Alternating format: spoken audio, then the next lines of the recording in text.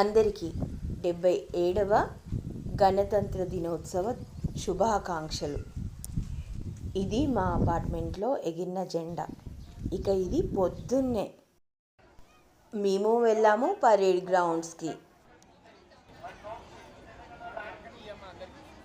అక్కడ గవర్నర్ జెండా ఎగరవేసి తర్వాత గౌరవ వందనాలు స్వీకరించిన తర్వాత స్పీచ్ మొదలుపెట్టినప్పుడు రిఫరెన్స్ కోసం అందరికీ ఈ బుక్స్ ఇచ్చారు.